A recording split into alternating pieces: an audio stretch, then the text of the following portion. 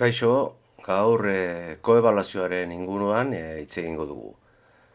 Jarduera bat diseinatuko dugu koebalatzeko ikaslek. Lehenik jarduera diseinatuko dugu. Nire kasuan egingo dut teknologia ikasgaiko informatika ataleko jarduera bat antolatu. Hau da, ikasleak binaka egin behar dute, pentsatu behar dute ordenadore bat erosi behar dutela, eta erosiko duten ordenagailu horren ezaugarriak aztertu behar dituzte eta aurkezpen dokumentu batean jarri, gero beste ikasleei azaltzeko gelan.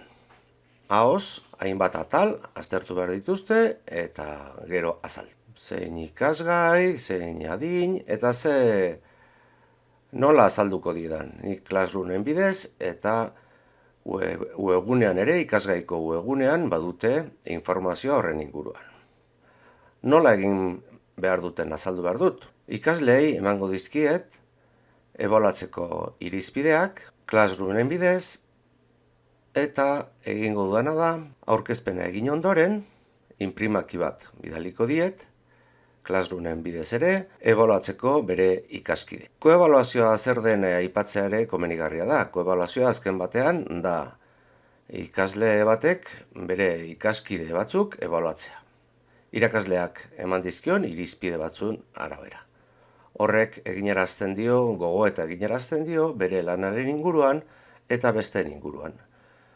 Nik hau erabiliko dut, ebaluazio orokorraren 50% balioko du. Jarri dezakegu beste neurri bat nahi dugun bezala. Ebaluazio irizpidetako errubrika bat egingo dut, maila hauek jarriko dizkiet. Maila aurreratua, maila ertaina, ertain baxua eta hasierako maila. Bikoteka egingo dute, baina gero ebaluazioa banaka. Lana bikoteka, baina ebaluazioa banaka. Eta aztertu beharko dut, gero emaitzak nolakoak izan diren, zintzoak izan diren ebaluatzerakoan, ea guztiek adostasuna edo nahiko ados dauden ikaskideen ebaluazioaren mailarekin, eta zertarako balio izan didan ere, ze ondorio atera ditudan ere, ateratzea interesgarria da.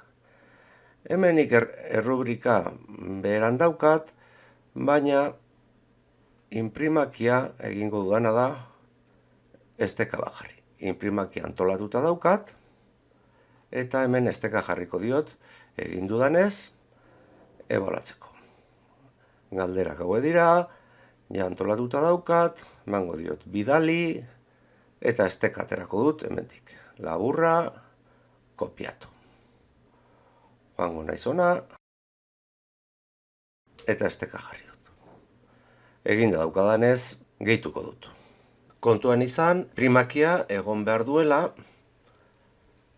edo nork erantzuteko eta ikusteko. Hemen daukagu institutuko entzat bakarrik. Jarriko dugu horrela. Eta hau, edo nork erantzun dezake. Bueno, errubrika egin dudana eta ikaslei emango didana, hau izango da.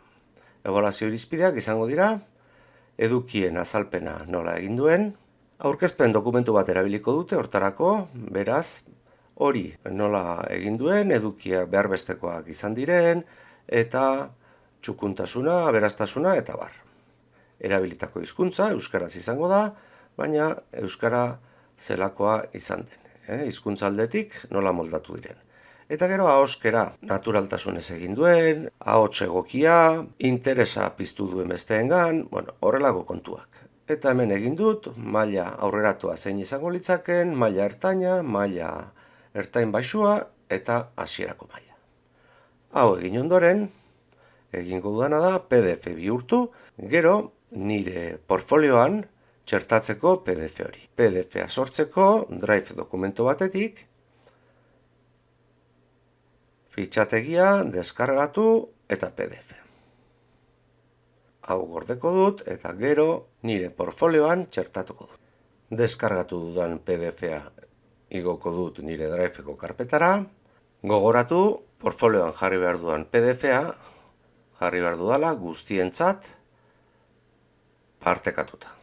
Hau da, partekatu eta edo nork ikusteko. Egina. Eta orain egingo dena da portfolioan txertatu. Drive emango diot hemen, eta Drive-etik ekarriko dut.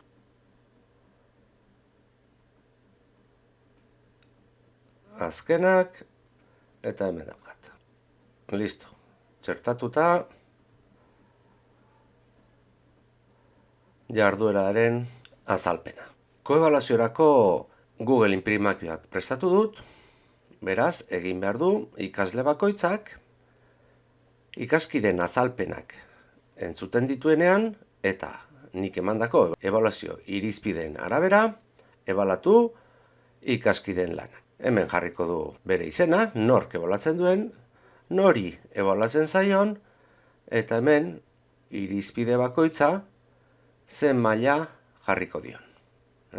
Edukien azalpena, aurkezpen dokumentua nola egin duen, beste 4 maila hauetako bat, erabilitako hizkuntza eta erabilitako ahoskera. Batzuk erantzun didate, orduan joango naiz erantzunetara, eta kalkulu horritik egin dezaket aztertu nola erantzun duen. Ikusten baduzue, bat ikasleari eman zaizkion balorazioak nahiko antzekoak direla. Ikasleak fin ibili dira, zorrotz ibili dira, eta zentzuz ebaluatu dute. Jarri dituzten iruzkinak ere, ebaluazio kualitatiboa, nahiko antzekoak dira. Orduan, balorazio guzti hau, gero, egin behar dudana da, audio batean grabatu. Audioa grabatzeko egin dudana da gidoitxo bat.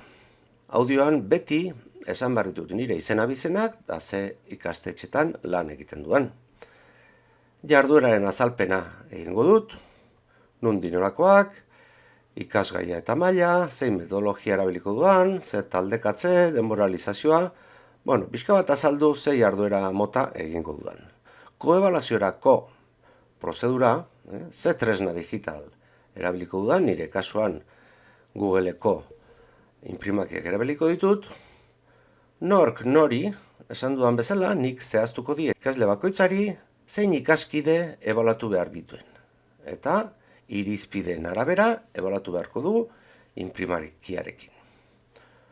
Emaitzen azterketa bat egin beharko dut amaitzeko, ea zintzo jokatu duten ikasleek, ebaluatzaileen artean adostasuna dagoen, hau da, irizpidea kontuan eukita ondo ebaluatu duten azken finean, ebaluazio kualitatiboa nola izan den ere komentatzea ondo legoke, eta aipatu beharko nuke koebaluazioaren onurak, zer ikusten diodan egokia.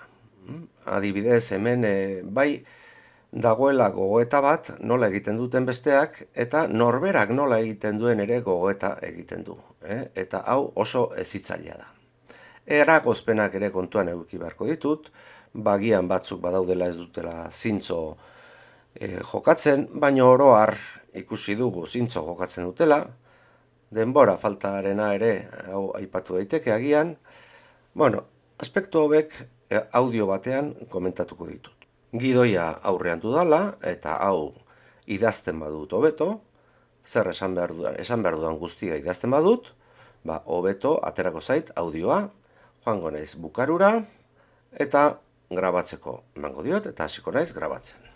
Bukatzen dudanean, stop, eta esteka hartuko dut. Esteka honekin bi gauza egin behar ditut. Bata, Moodleko online testuan jarri, hiperesteka bezala, eta nire portfolioan txertatu ere. Hemen jarriko dut, eta honi jarriko diot audioaren esteka, bukarurena. Gogoratu, nire portfolioaren esteka jarri behar dudala, beraz, hemen egingo dudana da, klik hemen, ikusi argitaratutako webgunea, eta honen esteka, Ctrl+C, itxatziko dut, Moodleko online testuan. Eta esteka hau, baitere, esan dudan bezala, Moodlen jarriko nuke online testuan. Listo, amaitu dut nire koebaluazioaren azterketarekin. Ondo segi.